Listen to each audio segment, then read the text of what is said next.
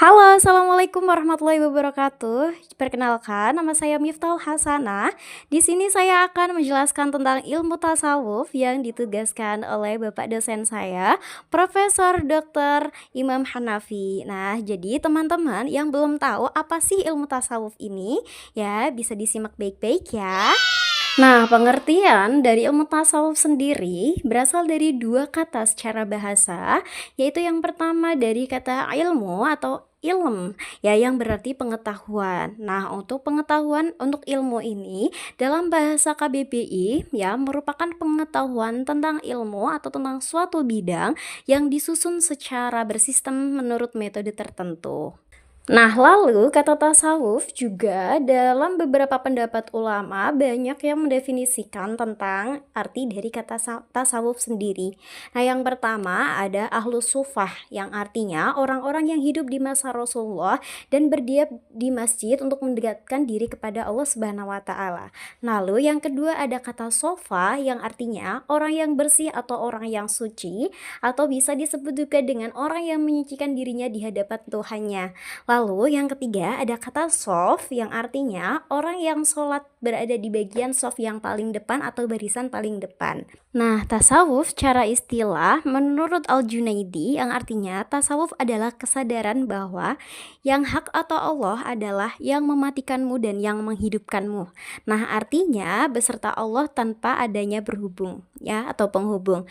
Nah, definisi di atas ya dapat disimpulkan bahwa ilmu tasawuf adalah ilmu yang mempelajari tentang usaha-usaha membersihkan diri, berjuang memerangi hawa nafsu dan mencari jalan kesucian dengan makrifat menuju keabadian.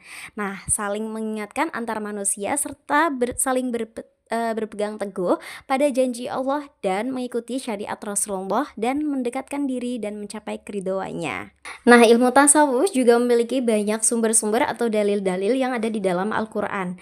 Yang pertama ada di dalam surat Al-Maidah ayat 54 yang berbunyi Bismillahirrahmanirrahim. Ya ayyuhalladzina amanu may yartadda minkum an dinihi fasawfa ya'tillahu biqaumin yuhibbuhum wa yuhibbunahu adillatin 'alal mu'minina aizzatin 'alal kafirina yujahiduna fi sabilillahi wa la yakhafuna laumata laim dzalika fadlullahu yu'tihi man yasha wallahu wasi'un alim.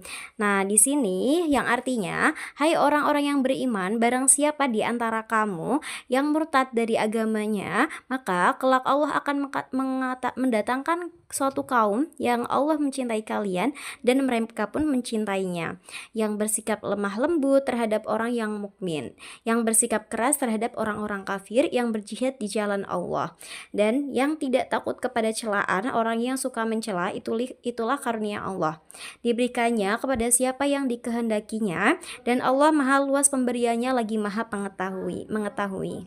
Nah, ayat di atas menjelaskan bahwa kehidupan di dunia memiliki dua aspek, yaitu dari kehidupan lahiriah dan batiniah ya, zahir dan batin kita teman-teman. Nah, pemahaman terhadap unsur kehidupan batiniah itu melahirkan tasawuf teman-teman, sehingga Al-Quran berbicara tentang kemungkinan manusia dapat saling mencintai dengan Tuhan.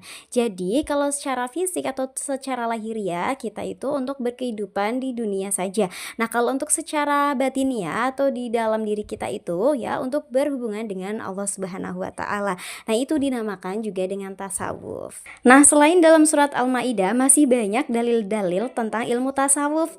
Nah, yang kemudian ada di surat Al-Baqarah yang berbunyi Bismillahirrahmanirrahim. Walillahil masyriq wal maghribu fa ainama tuwallu fathamma wajhullahi innallaha wasi'un alim.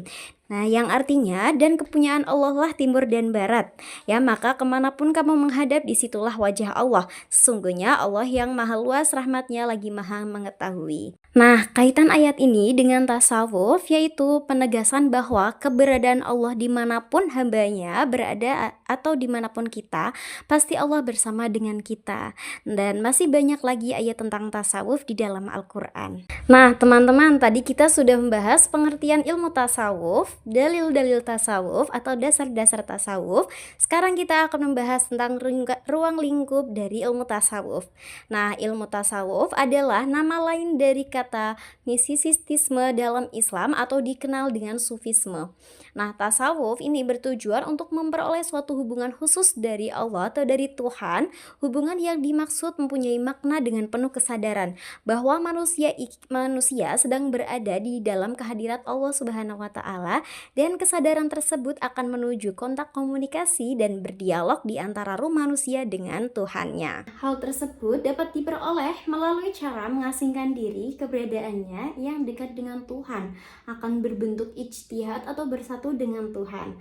Nah, kemudian inti persoalan sufisme baik agama Islam maupun di luarnya, gerakan kejiwaan penuh dirasakan guna memikirkan sesuatu hakikat, ya, kontak hubung yang mampu menelaah informasi dari Tuhannya, atau tasawuf atau mistisisme dalam Islam beresensi pada hidup dan berkembang mulai dari bentuk hidup ke zuhudan atau menjauh dari duniawi.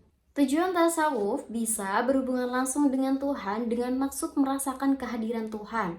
Nah, para ahli sufi beranggapan bahwa ibadah yang dilakukan dengan cara formal belum dianggap memuaskan karena belum memenuhi kebutuhan spiritual kaum sufi.